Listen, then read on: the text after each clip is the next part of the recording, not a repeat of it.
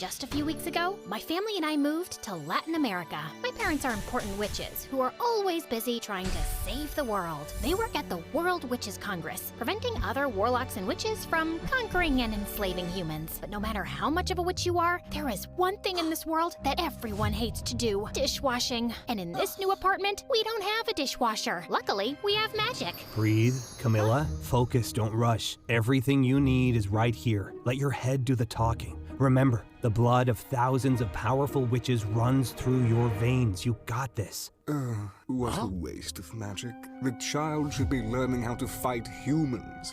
In my time, witches... Shut up, Mario. You're ruining our focus. That chattering cat with a grumpy face is my Uncle Mario, my mom's brother. You may be wondering how a magic cat can be my uncle. Well, we are a family of witches and weird things happen here. Okay, breathe. Focus. Let your head do the talking. Listen close. Oh, sponge so neat. My command, you shall now meet. Dishes dirty, time to clean, no stains left. That's what I mean. Suddenly, the sponge came to life, turned on the water faucet, and started cleaning the dishes with great grace. Yes. But I celebrated too soon. The sponge finished doing the dishes, and instead of drying them, it started throwing them like flying saucers. No, stop! My dad and I had to take shelter under the table. What happened? Is everything okay? All good, love. Sponge, please stop! But it didn't listen to me. After the sponge broke all our china, it began to throw everything within reach. A frying pan hit my father's head, and the knife missed Uncle Mario by an inch. My mom came in and discovered the mess. No more mischief, no more play. Listen closely to what I say. Hold your horses and in line. Obey this rhyme, O sponge of mine. The sponge immediately obeyed Mom and stopped. What happened here? I told them not to waste magic on foolish things, but they never listened to me. It's my head. Sometimes it messes up the words. I say one thing, but I think about something else. Don't worry. You are still getting used to your powers. With practice, you'll learn to master them. Your father only learned to control his powers when he was 14. He was even more useless then. Isn't there a little bird you have to stalk? You know, Camila, it would help if you had some friends to talk to instead of spending so much time in front of the TV. There's a young boy in the apartment across the hall. Why do you want her to have human friends? They're all traitors who would use her if they had the chance. If you want her to have worthy friends, you'd better send her to a witch boarding school. Most humans are good people. They are just afraid. Yeah, afraid to work. If they could, they would enslave us, so they could stay all day getting fat in front of the TV. In my time,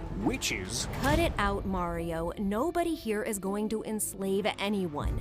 And I don't like you putting those ideas in Camila's head. Both humans and witches can be good or bad. It depends on who they are as a person. Never judge a book by its cover, Camila. Yes, Mom. And now, dance my tools in a cleaning spree. Broom and brush, dustpan be free. Gather dust, sweep away. Kitchen magic, now at play. My mom made it look so easy. Soon the broom, brush, and dustpan came to life, cleaned up the mess, and the kitchen was spotless. Lily, we need to go. We're going to be late for the airport. Now, while we're gone, listen to your Uncle Mario. No spells, especially not in front of humans. And don't go out. You have everything you need here.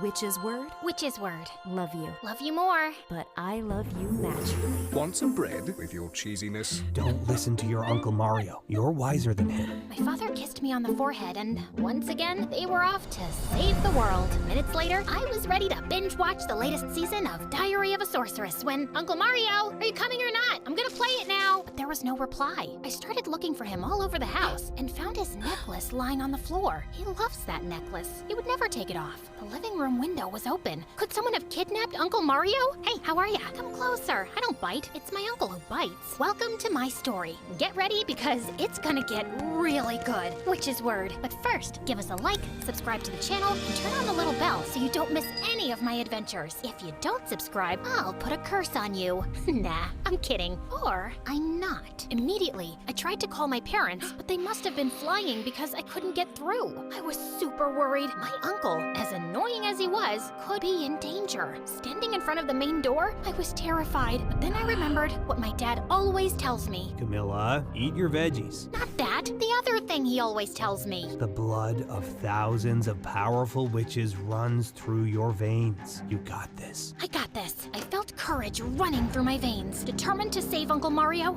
I opened the door, but a little grandma with her walker was passing by. She scared the heck out of me, and I quickly went back to my house's safety. I don't know if I told you, but I'm terrified to go out, and I don't like strangers. My doctor says I have social anxiety, so my mom wants me to have friends. Tough luck, right? But I also have a wild imagination, and I soon pictured all the horrible things humans could be doing to Uncle Mario. Maybe they were forcing him to entertain spoiled little brats at a birthday party, or jumping fire rings at the circus, or worse, they were forcing him to do stand-up comedy. What is smarter than a talking cat? A spelling bee. It gave me the chills just thinking about it.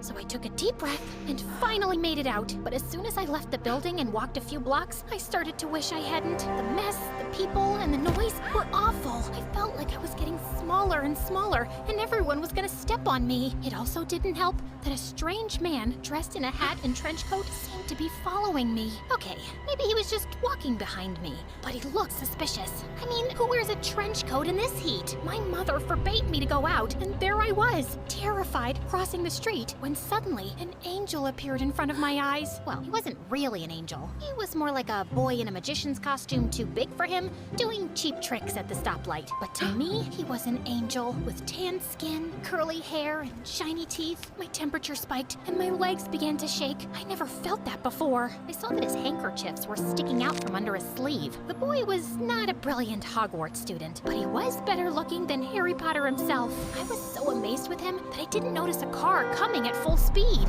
Watch out! He ran as fast as he could, jumped, and pushed me out of the car's way, saving my life. My dad was right. Humans were good. Are you okay? I froze, smiling with a goofy face as people watched us. He waved his hand in front of my eyes, trying to wake me up. I swear I didn't break her. She was already broken. Finally, I snapped out of it. Thank you. You saved me. Oh, thank God you're alright. I'm Diego, the best magician in the neighborhood. And he pulled a small mouse out of his sleeve. Sorry, wrong sleeve. Camilla.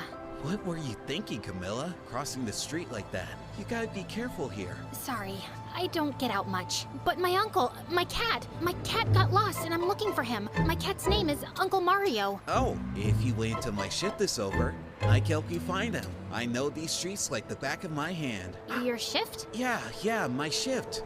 I work doing magic at the stoplight, but I can't leave until I make 100 pesos. Okay, and how much have you got so far? Let's see, 8 pesos. I'll see you soon. At this pace, it was gonna take Diego 3 days to earn 100 pesos. So I decided to help him, even though my mom had told me not to do magic, especially not in front of humans. I couldn't help myself. He was so cute. I decided that at least it was for a good cause, and I wouldn't let anyone see me. Tiny wizard, sleeves so plain, a trick of magic, a bit of game. With a wink and a spell so sweet, handkerchiefs, your sleeves shall meet. But as always, the spell backfired, and handkerchiefs started coming out of his sleeves, his pockets, his pants, and even his ears. Diego freaked out, but people passing by and folks in cars started laughing and handing him money. Soon, Diego's hat didn't have just 100 pesos in it. It had more than 1,000. Wow, did you see that? Yeah, you are such a good magician. Thank you. I guess I am. Now, where do we start the search?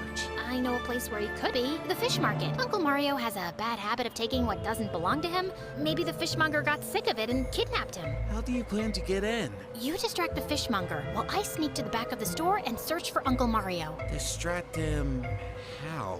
I don't know. Talk to him about fish? I know nothing about fish. Make something up. Not very convinced. Diego entered the fish market and got really nervous when the fishmonger stuck his knife in the cutting board and spoke to him with his deep voice. Good day. What do you want? I'm looking for a cat. What?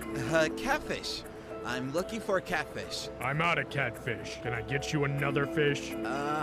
Let me think. With the fishmonger distracted, I slowly walked behind his back, sneaking into the store's rear. You're wasting my time, boy. Make up your mind. I got work to do. Just as the fishmonger was about to turn around and spot me, Diego blurted, Can I show you a magic trick? "Oh no, the fishmonger was gonna cut Diego to little pieces and feed them to the neighborhood dogs." I love magic! What? Didn't expect that. I quickly went to the back of the store and started searching for Uncle Mario, but there were only boxes, kitchen tools, and coolers full of ice, fish, shrimps, and crabs. Pick a card and don't show it to me. A little magic here, a little magic there. In front of the fishmonger's fascinated eyes, Diego made ridiculous movements with the cards. Is that what he calls magic? Maybe humans aren't so smart after all. And your card is 5 of diamonds. The fishmonger checked his card with disappointment. No, it's not.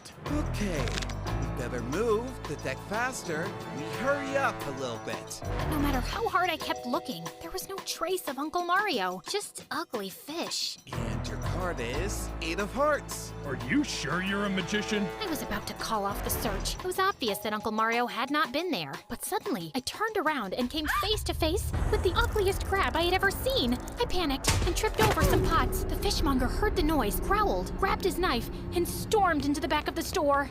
Wait, here comes the best part. What are you doing here? He was coming straight at me, blocking my way out. I backed away as I tried to explain myself. I'm just looking for my cat. It's a light-colored cat with a grumpy face. That jerk cat that always steals my fish? Yep, that one. Thieves! You're going to jail! He was gonna catch me, but Diego jumped up like a kangaroo and put a bag over the fishmonger's head, blocking his sight. Run! I started to run and was about to escape, but the fishmonger grabbed my arm tightly. So he left me no choice. Crab so chill, don't be blue. Time to wait, there's much to do. With a dab of magic, a pinch of fun, revive dear crab, and let's get things done. The horrible crab came to life and used its huge claws to pinch the fishmonger, who screamed and let me go. It worked. I was free. When I noticed that Diego was looking at me, surprised. His eyes were as wide as dishes. He'd seen me doing magic. Mom was gonna kill me. Let's go. I grabbed Diego's hand and we rushed out of the store. Seconds later, the fishmonger came out enraged with his knife in one hand and the crab still clutching him. If I see your cat again, I'm gonna make him sushi! Diego and I ran like crazy, but something caught my eye. The strange man in the trench coat was outside the fish market, watching us. Coincidence? I don't think so. We turned into an alley. I was so busy running away, I didn't see a large blind man with dark glasses and a cane. He stopped Diego. He wasn't blind at all. He was just pretending. Hey, where are you going in such a hurry? Let him go! Edgar, I was going home. Edgar? Are they friends? Why are you not at your post? You're missing rush hour. I was just helping Camilla find her cat. That bony man raised his glasses and fixed his eyes on me. Camilla, this is Edgar, my dad. Your what? Stepdad, who is this child? Where are your parents? Edgar began to walk towards me. He gave me the creeps. She's nobody. Look how much money I made. Diego took off his hat, showing Edgar the money he had earned that day, and that crook took all of it. What? Good.